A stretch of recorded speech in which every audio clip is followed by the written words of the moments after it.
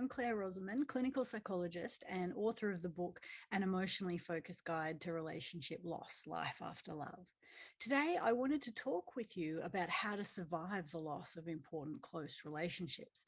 These might be romantic relationships, they might be friendships, or they could be family relationships. They might have ended for many, many reasons, leaving you feeling heartbroken, confused, and lost, or maybe even feeling rejected or betrayed as well. Or it could be that your relationship with someone special might have been reconfigured or changed in structure. And it might have even been mutual, like moving from a romantic partner to a friend or co-parent. So the resolution of this relationship might have been amicable or it might have not, but we know that no matter how someone loses a special relationship, it will be extremely painful, often excruciating. So firstly, I want to acknowledge that it's a basic human need to form loving attachment bonds with those who matter most in our worlds. And because of this, it makes perfect sense then that when a bond is ruptured or undone, it's incredibly painful and it will be a really bumpy road to recovery. It's completely understandable that this loss hurts tremendously, but you can and will recover and grow stronger from this suffering. I want you to know that it's normal and healthy to form loving bonds, and it's very normal to feel devastated when they end. You're not alone in this place at all, and you can recover from this loss. You can use this pain to learn more about yourself and about how you show up in relationships, and you can create the relationships you want moving forward. Actually, wanting to be able to help people to heal in this way is what prompted me to write my book. I wanted to help people to be able to process their pain from loss and to be able to learn from their suffering, and so that they can treat themselves with kindness and so that they can earn security with themselves and others moving forward into their next loving relationship. So some of the things that I found helpful for people when they're processing heartbreak is to remember that the pain you feel is evidence of your humanity, and it's evidence of your really healthy ability to love deeply and to form enduring loving bonds. The pain honors the love.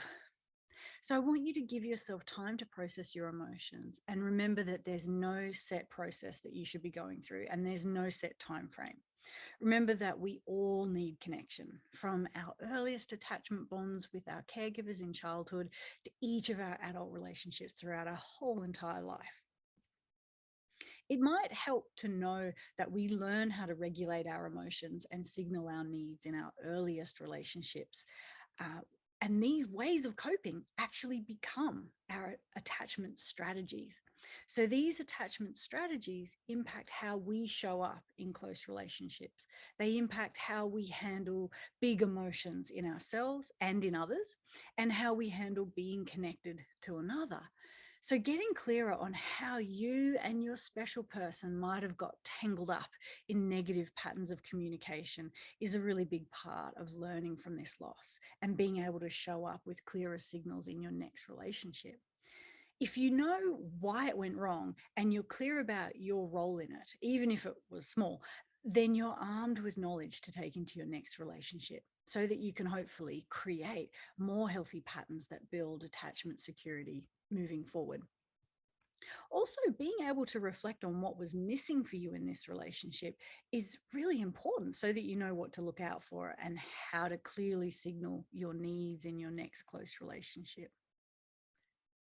A time of loss like this can be a powerful opportunity for growth from suffering through self-reflection, connection with self, and getting clearer about your needs moving forward. Of course, this is a process that can take time and the path can vary for people. John Bowlby, the father of attachment theory, identified 4 phases of loss, and they might be helpful for you to know about so that you can be aware of your own process of grief. The first is numbing, which is where you might protect yourself from the enormity of the pain by distancing yourself from the reality of the loss. So this might mean that you don't feel much of the pain for a while, or you might move into and out of contact with really big feelings related to the loss. The second is yearning and searching, which he also called protest, which is where you might find yourself protesting the loss by searching for your lost love. You might attempt to reestablish the connection, even if you know it's futile. So, this might look like reaching out to the other, searching for answers, turning to the other for soothing, all when you know that they can't be the one you turn to any longer. The third phase is disorganization and despair, which is when you fully accept the reality of the loss and then sink into the depths of sadness. This realization brings with it enormous pain and disruption as you find yourself obviously struggling to process the enormity of the feelings of loss and struggling to imagine your life without your special person in it. It's like your whole world is turned upside down. Nothing can ever be the same again.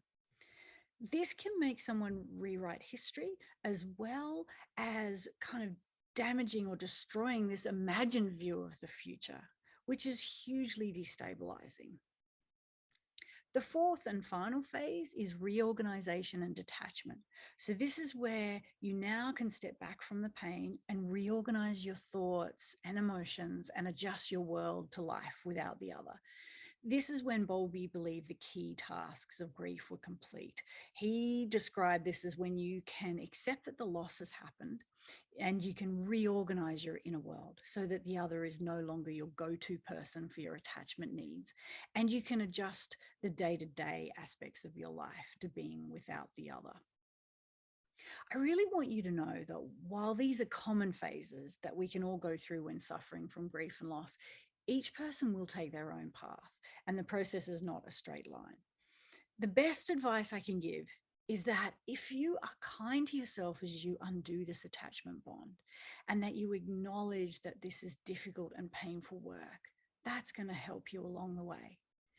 And if you can tune in to how you're going on attending to what researchers tell us are the two key tasks of grief, that's really important. So, the first of these two key tasks is attending to the emotional work of feeling the feelings in order to process the loss. And the second is attending to the practical work of adjusting your day to day life to the loss. Naturally, people are going to tend to differ in which of these tasks they find easier. And I urge you to notice which one you might struggle a bit more with so that you can focus more on that and maybe even get some help with this. We know that if you can attend to both of these tasks, you'll stand the best chance of not just healing, but growing from the loss. And I really want that for you.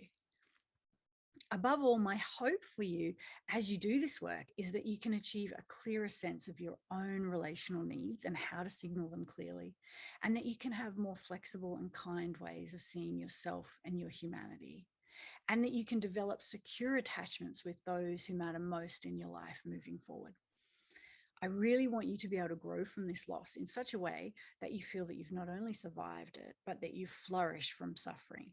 I want you to be able to tell the story of how you loved and lost, and how you did the hard work of processing and learning and growing, and now how you are stronger and wiser for it.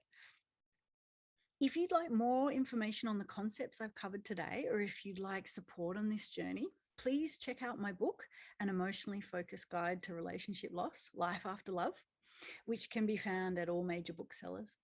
I hope this offers you some comfort in this hard time. Thanks for being with me. See you next time.